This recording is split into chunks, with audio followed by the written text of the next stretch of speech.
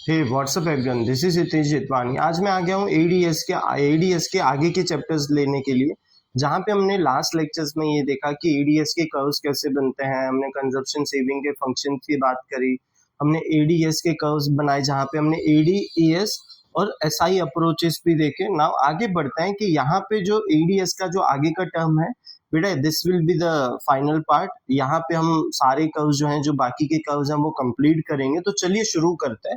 यहाँ पे एक चीज है दैट इज ओनली अबाउट, तुमको एम्प्लॉयमेंट के बारे में सिखाया जाएगा। Now employment, so employment means giving work to someone. Now employment में यहाँ पे इस चैप्टर को जब हम शुरू कर रहे हैं, एडीएस में जो शॉर्ट टर्म इक्विलिब्रियम है, वहां पे there are the certain assumptions. हम ये चीज मान के चलेंगे, there are the certain assumptions के technology has no role play in it. Technology जो है उसका कोई रोल प्ले नहीं है in the production. Now we have only one option, labour intensive production में जा सकते हैं। नाउ लेबर इंटेंसिव प्रोडक्शन में भी आपको एक और अजम्पशन लेना है कि in economy there is full employment. Full employment है, मतलब अब इससे ज्यादा जो है वो एम्प्लॉयमेंट नहीं प्रोवाइड कर सकते। तो अब इसके कर्व्स कैसे बनते हैं बच्चों, चलो देखते हैं इसके कर्व्स को। नाउ सबसे पहले हम एक्सिस बना लेते हैं।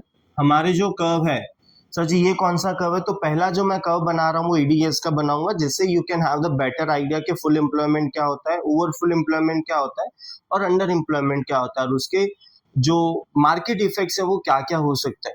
तो चलिए हम ये जो लाइन बना रहे हैं बेटा, ये हम सब जानते हैं दैट इज एएस की लाइन, ठीक है। और ये वाली जो लाइन है ये एडी की लाइन है। ये एग्रीगेट डिमांड और ये एग्रीगेट सप्लाई। ये हमारा एक्स एक्सिस हो गया, ये हमारा वाई। यहाँ पे हम क्या शो करते हैं बेटा, यहाँ पे हम इनकम शो करते हैं और यहाँ पे हम शो करते हैं एडीएस, ठीक है बेटा। अब यहाँ पे एक चीज आप ऑब्जर्व करो कि ये चीज हम पहले सीख चुके हैं, और ये जो सेंटर पॉइंट है बेटा that is called equilibrium point. यहाँ पे जितनी डिमांड है उतनी ही सप्लाई है। AD is equal to S हो जा रहा है, ठीक है। जितनी डिमांड है उतनी सप्लाई है। ये हमारा ओरिजिनल कर्व जो हमने सीखा। अब हम आगे बढ़ते हैं बेटा कि इसमें आगे क्या आएगा सर। तो चलिए बेटा देखो, इसमें पहली कंडीशन जो है वो पहली कंडीशन आपकी आएगी दैट इज कॉल्ड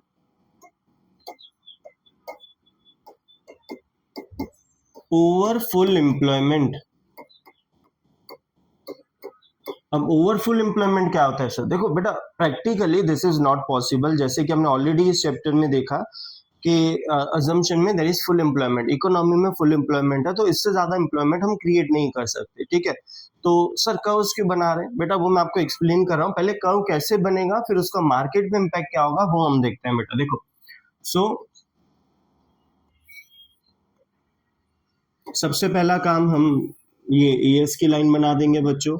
ये हमारी एडी की लाइन होगी, ठीक है। और ये वाला जो पॉइंट मैं ऑलरेडी बता चुका हूँ that is our equilibrium point where there is a full employment. अब यहाँ पे आपको कंडीशन दी गई है कि ओवर फुल एम्प्लॉयमेंट हो रहा है, मतलब ऊपर की तरफ जो है वो आपको लाइन बनानी है, ठीक है। इट मींस जो एडी है वो बढ़ चुका है।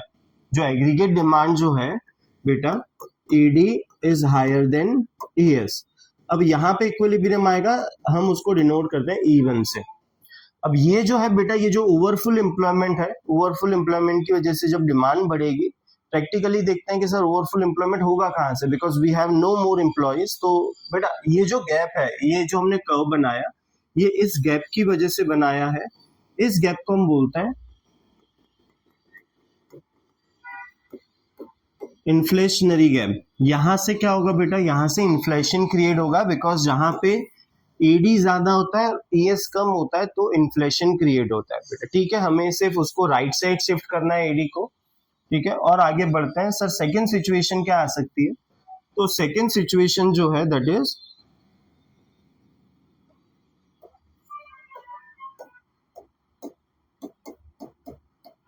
Under employment. सर ये कैसे बनाएंगे? तो चलो ये भी बना लेते हैं कर्व। पहले दोनों एक्सिस हम क्लियर कर देते हैं, ठीक है। ये हमारी वाई की लाइन बनेगी, एएस की लाइन, ठीक है। और ये हमारी लाइन बनेगी एडी की लाइन। अब ये हमारा इक्विलिब्रियम पॉइंट है, जो ओरिजिनल इक्विलिब्रियम पॉइंट है, जहां पे AD is equal to AS हो जाता है। अब यहाँ पे अगर आपको बोला जाए कि अंडर एम्प्लॉयमेंट सिचुएशन बतानी है तो बेटा आपको क्या कर देना है, जो एडी की लाइन है उसके नीचे पैरेलल लाइन बनानी है, ठीक है। जो चेंजेस हैं बेटा हम डॉटेड लाइन में बताएंगे। और अब हमारा इक्विलिब्रियम पॉइंट जो था वो यहाँ से यहाँ शिफ्ट हो रहा है। इट मीन्स एडी जो है बेटा that is lesser than AS. AD जो है वो कम है, एएस ज्यादा है। और जब डिमांड कम होती है, सप्लाई ज्यादा होता है, तो यहाँ पे जो गैप आएगा बेटा, ये जो गैप है इसको हम क्या बोलते हैं, डिफ्लेशनरी गैप।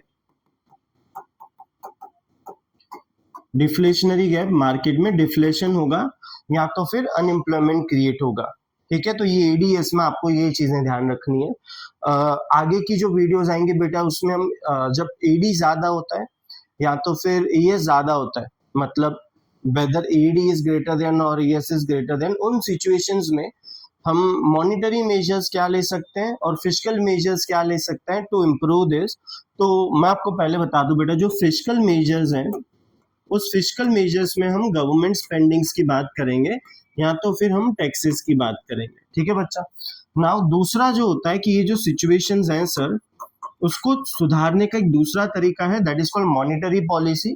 मॉनिटरी पॉलिसी में हम जो भी टर्म्स बेटा, जो टर्म्स हम बैंकिंग चैप्टर में सीख चुके हैं, सीआरआर, एसएलआर, जो भी था, repo rate, reverse repo rate, उन सारी कंडीशंस को ध्यान में रखते हुए ये वाली दोनों कंडीशन को कैसे इंप्रूव करेंगे। जैसे डिफ्लेशन है मार्केट में तो वो ओरिजिनल इक्विलिब्रियम पे आ जाए जिससे सब लोगों को फुल एम्प्लॉयमेंट मिले, ठीक है। या तो फिर जहां पे डिमांड ज्यादा हो रही है, इन्फ्लेशन हो सकता है, तो उसको कैसे कंट्रोल करोगे। ये दोनों चीजें जो है बेटा वो हम नेक्स्ट लेक्चर में कंप्लीट करेंगे, नेक्स्ट वीडियो में आ जाएगी बेटा। कमेंट करते हुए जाना, कोई भी डाउट है तो सब्सक्राइब करते हुए जाना। Stay safe, have a great day.